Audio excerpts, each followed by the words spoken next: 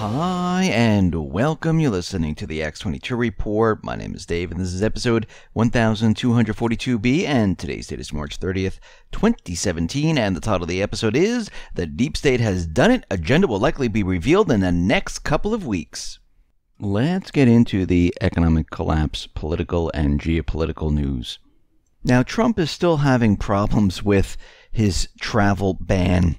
And we see the U.S. District Court Judge Derek Watson in Hawaii. Well, he indefinitely blocked Trump's revised travel ban that he temporarily halted on March 15th. The initial order read that the ban discriminates against residents on the basis of their religion and violates their rights and their due process and equal protection guaranteed by the U.S. Constitution. Watson's decision was supported by a federal judge in Maryland, and we can see right now that Trump is out there and he's very angry with the judge. And he said that this was unprecedented judicial overreach, citing the section of the U.S. Constitution that gives the president executive authority to suspend the entry of aliens.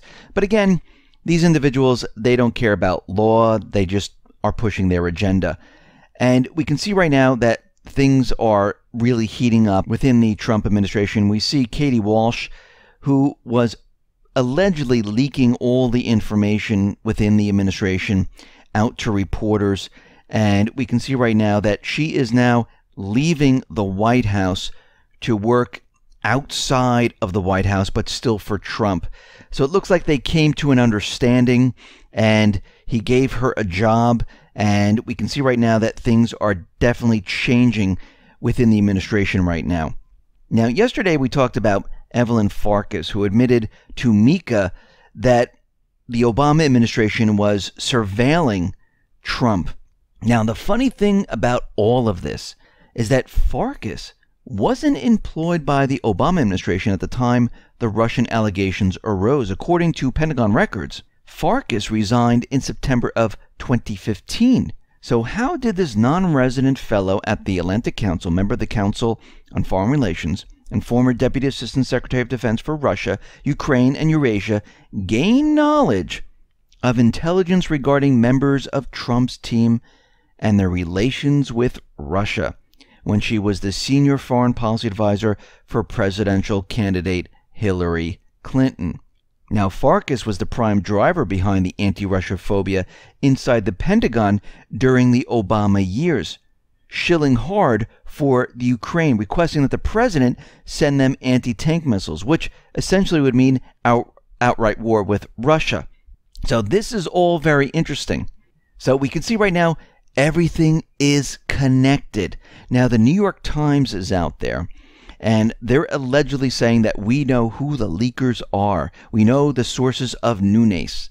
And they claim that the sources are Ezra Cohen Watnick, the senior director for intelligence at the National Security Council, and Michael Ellis, a lawyer who works on national security issues at the White House counsel's office and formerly worked on the staff of the House Intelligence Committee. Now, amusingly, the New York Times adds that the officials spoke on the condition of anonymity to describe the intelligence and to avoid angering Mr. Cohen Watnick and Mr. Ellis. So in other words, the U.S. has devolved to the point where one set of anonymous sources is doxing another set of anonymous sources in the pursuit of a political agenda. I mean, look what is going on here. It's unbelievable. Now, Putin was giving a speech at the Arctic Forum, and a reporter from CNBC, Jeff Cutmore, well, he came up to Putin and asked a question about political interference, human rights, and the recent protest in Moscow. And Putin, well, it looks like he wasn't really impressed with this reporter. And he went on to say, we keep talking about human rights. All the time we talk about human rights.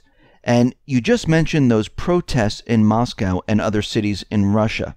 And he went on to say, but remember, the West imposed sanctions on people who had nothing to do with Crimea. They were not even involved.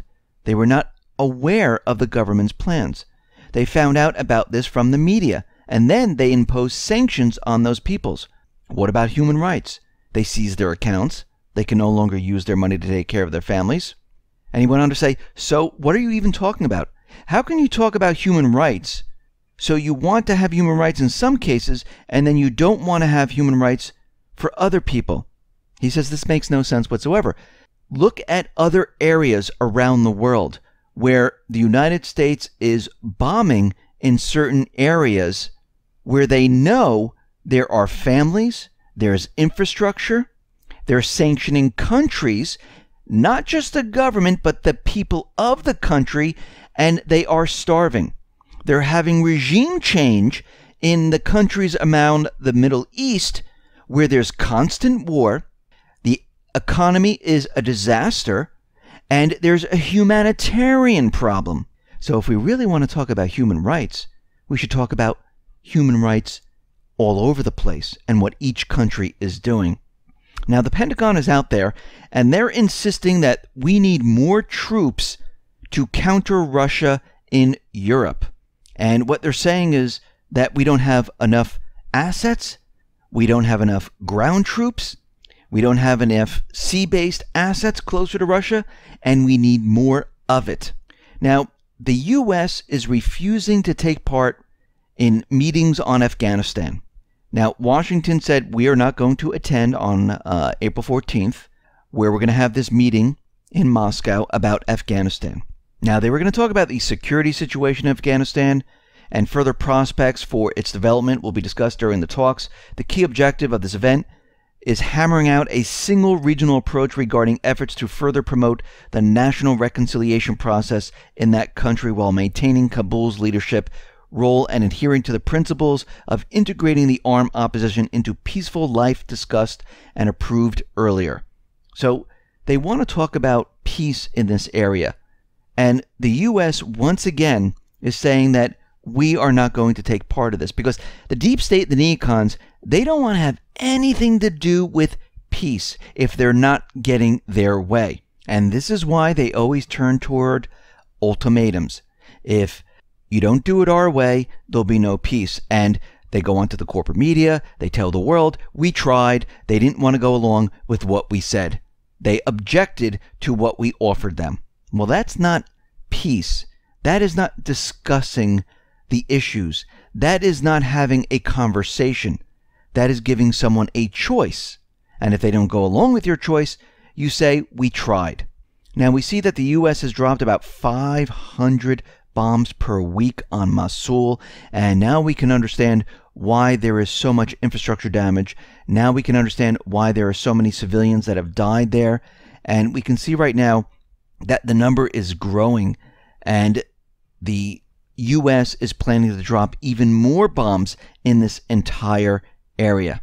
Now, Turkey is out there, and they're saying that they have completed Operation Euphrates Shield.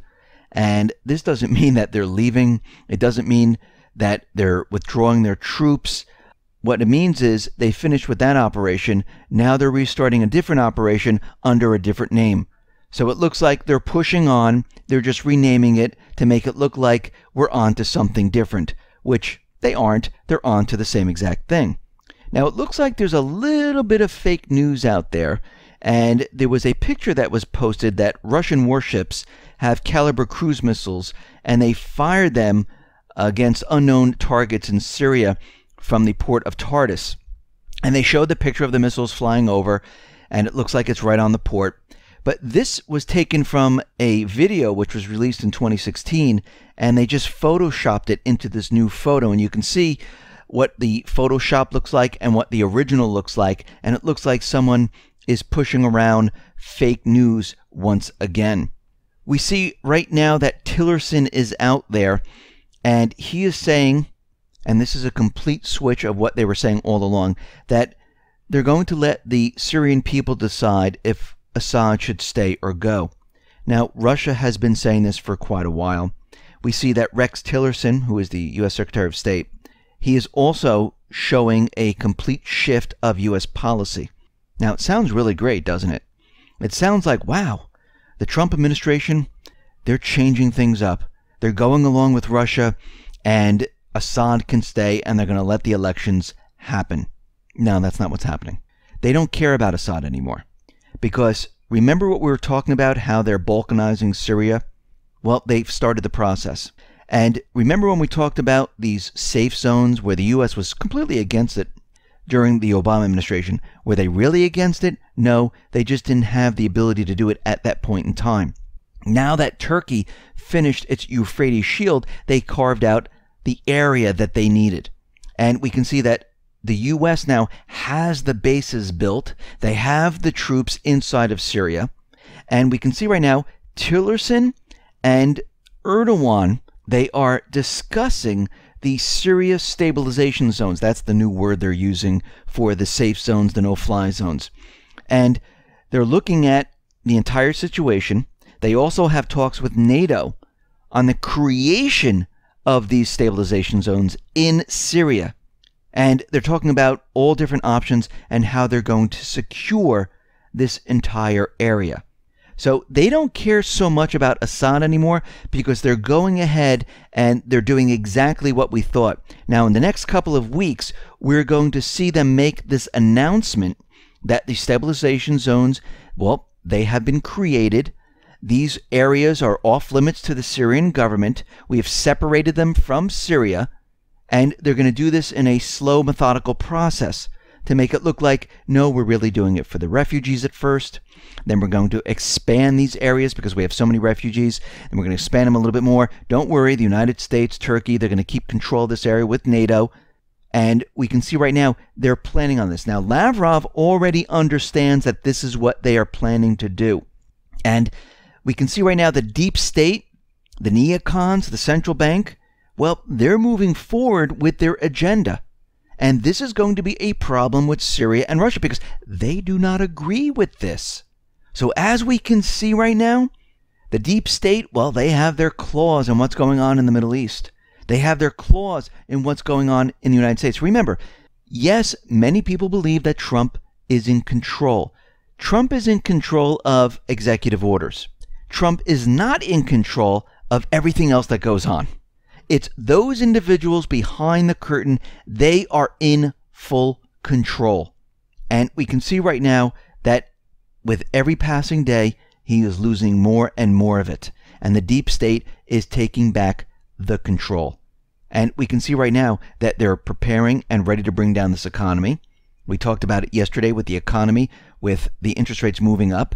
And we can see right now, this is exactly what is happening. Now, I just want to take a minute to talk about this YouTube boycott. I did a video on this on the X22 Report Newsflash YouTube channel, but I'm just going to go over what I think is actually happening here.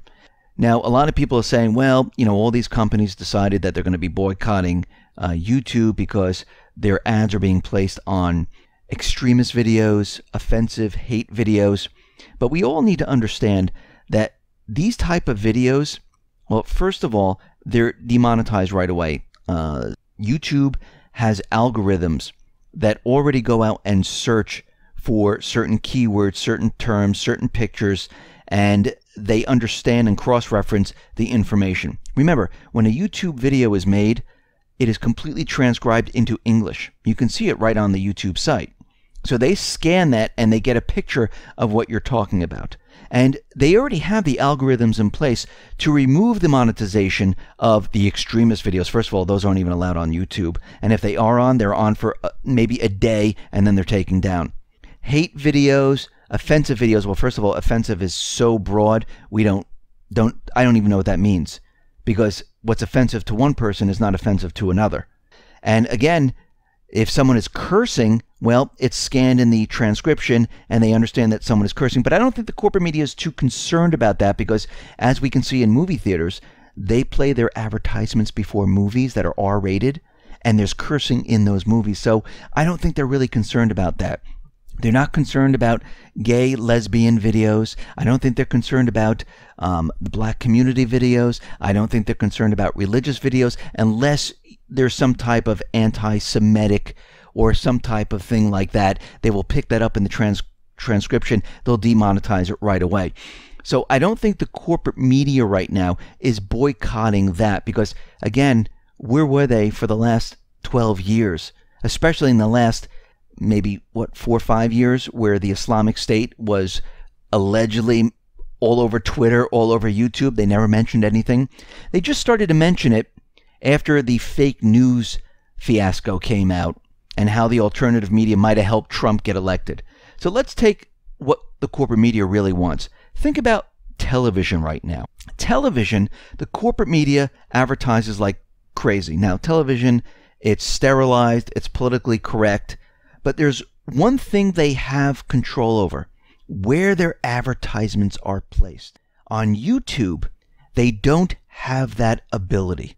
They don't have the ability to decide which videos they want their advertisements placed. This is what YouTube is working on right now.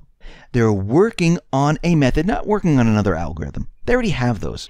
They're working on giving these corporations and the advertisers the ability to decide where their advertisements are going to go. Now, do you really think, we know corporations, their bottom line is dollars and cents. Those individuals that have 50 million followers, who get 11 million, 8 million, 5 million, 2 million people for each video, do you think they're going to stop advertising on those individuals? Most likely not, because they know it's going to bring them sales. Now, who are they going to stop advertising? Well, they're going to decide who they want advertisements on, who they don't. I think they're going to be going after the alternative media, other voices, the opposition, those people who don't agree with the deep state narrative. I believe that's where they're headed right now. Now, YouTube, yes, they're going along with this. This is all part of the plan. Think about it for a second. Every time something happens, who do we blame? YouTube. Oh, they demonetize me. YouTube, because of their terms of service. Well, now they're not going to demonetize. They don't have to worry about that. They're going to leave it up to the corporation. The corporation's going to decide where they want their ads. So the monetization will still be there. You just won't be getting the ads. Maybe you'll get, instead of 100 ads, you might get 1. And what are you going to do? Complain to each corporation? They've worked out a way to try to get rid of the opposition. Those individuals that are speaking about things that they don't want to be spoken about. And we can see right now, this is all part of the plan. They want control. And they've tried many times before to get rid of these individuals. I mean, in 2013, they took my channel down. It was 2013 or 2014, I forgot now. They took my channel down, but again, people wrote in, thank you very much, and they brought it back up.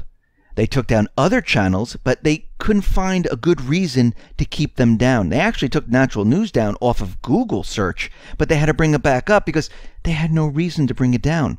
So they finally figured out a way, and they can't censor because it's completely obvious. If you start pushing people down in the searches, which they still can do, it's obvious. But if they leave the ad placements up to the corporations, they can put the alternative media, those individuals, myself included, out of business. Because what they're trying to do is saying, listen, you'll make nothing. Even if you're making 500, 1,000, 1,500 a month, 2,000 a month, if you're not making the money anymore, why would you want to do it? And this is their train of thought. So they're trying this, and they're trying to push their agenda. And I think once the boycott is over, we will have to see how this all turns out and where it goes. Listen, everyone, thanks a lot for listening. Be well, be safe, and especially be prepared. Thanks a lot.